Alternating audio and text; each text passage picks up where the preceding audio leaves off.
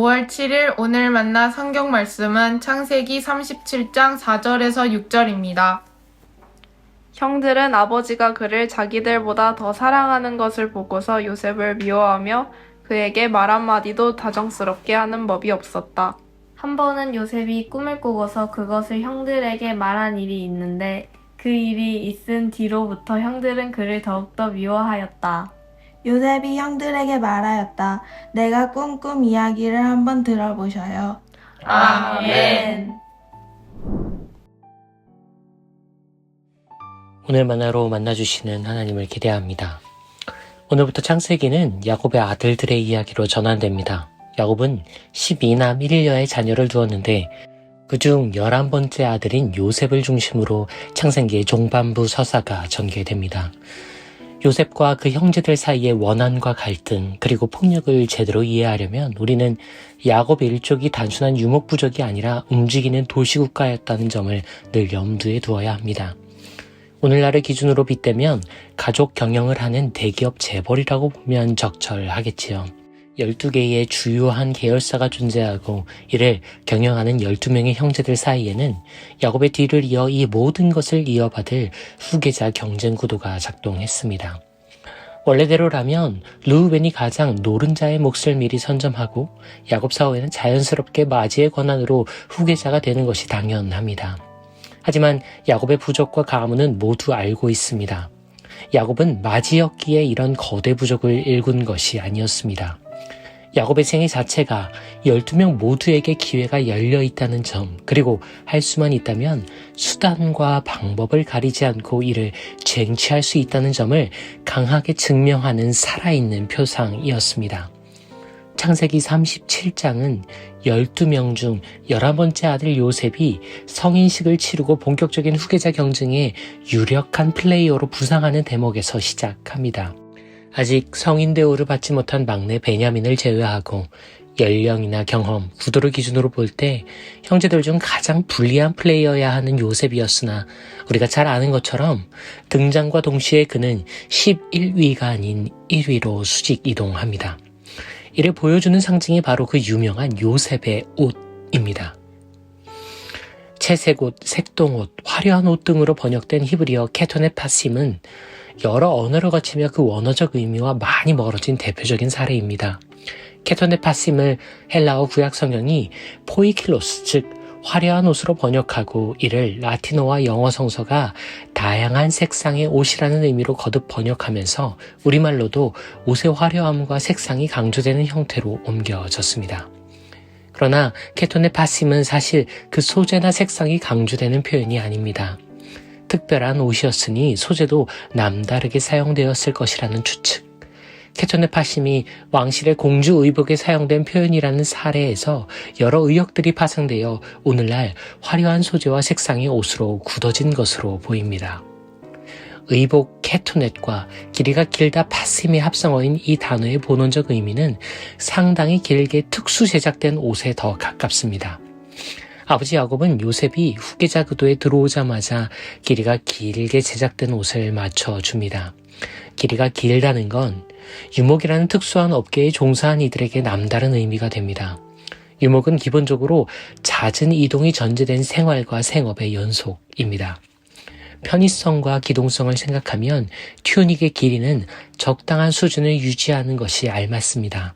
그러니 요셉처럼 길이가 긴 옷으로는 이동과 노동에 제한이 많을 수밖에 없지요. 케토네 파심의 착용은 그래서 10명의 형제들에게 분명한 메시지가 됩니다. 이제 요셉은 너희와 같은 실무자가 아닌 관리자다. 특수한 상황에서만 요셉은 현장을 방문하고 그 외에는 늘 내 곁에 남아 후계자 수업을 진행한다는 야곱의 선언이었지요. 실제로 야곱은 형들을 관리 감독하고 이를 보고하라고 요셉을 파견합니다. 후일 형들이 요셉을 구속하자마자 케토네 파심부터 벗겨버린 배경에는 이런 후계자 선정에 대한 거부와 증오가 담겨 있었던 것으로 보아야 합니다. 그리고 거기에 요셉은 기름을 부어버립니다. 요셉은 형들을 불러 모아 본인의 꿈 이야기를 늘어놓습니다. 요셉의 꿈 자랑을 단순히 청소년의 철없는 과시 행동으로 여겨서는 안 됩니다.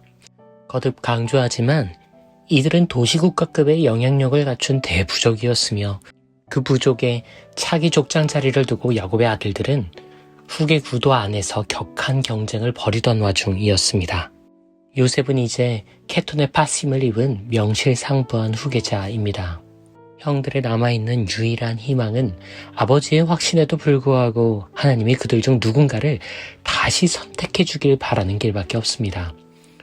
할아버지 이삭이 큰아버지 에서를 선택했지만 하나님이 아버지 야곱을 선택하셨던 것처럼요. 그런데 요셉이 형들을 모아두고 또 아버지 앞에서 꿈 이야기를 하는 겁니다.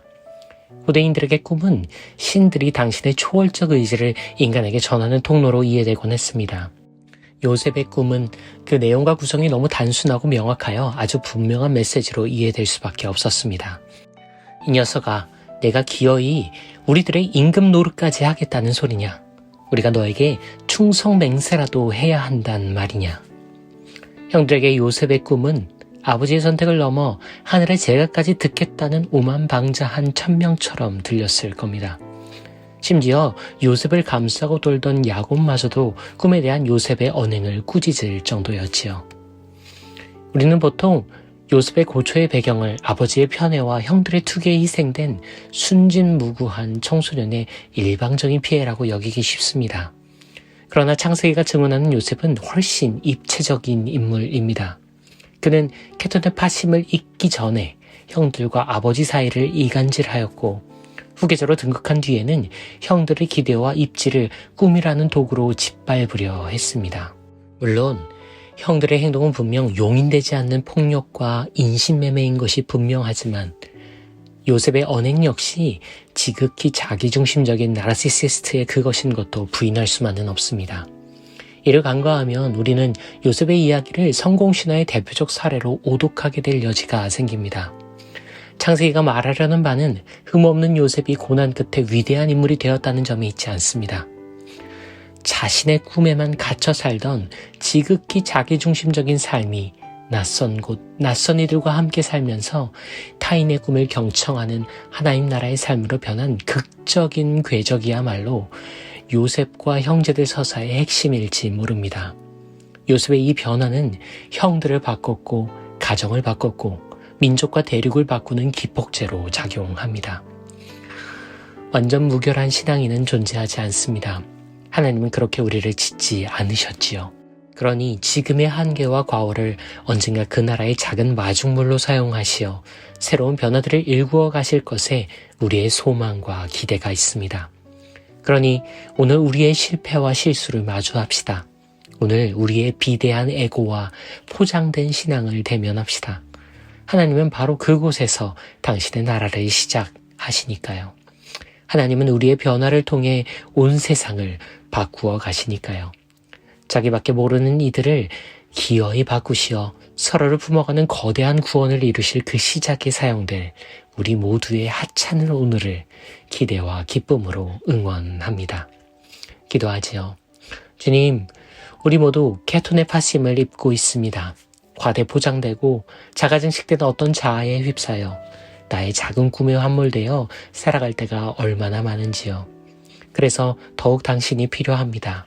꿈의 성취보다 나의 번영보다 그 나라의 도래와 우리의 변화를 열망합니다. 저희로 케톤의 파심을 벗고 새 사람을 입게 하소서. 우리를 바꾸실 분, 그 변화로 구원을 이루실 분, 그리스도 예수님 그 이름으로 기도합니다. 아멘. 이제 두 가지 제목으로 기도합니다. 도무지 바뀔 수 없을 것만 같은 우리의 자기중심성을 당신 나라의 마중물로 바꾸실 그분의 계획을 신뢰하며 기도합시다. 이어서 도저히 바꿀 수 없을 것만 같은 사회와 국제관계 그리고 생태적 현실을 그분의 구원에 맡기며 기도하신 후에 개인의 기도로 경건을 이어갑니다.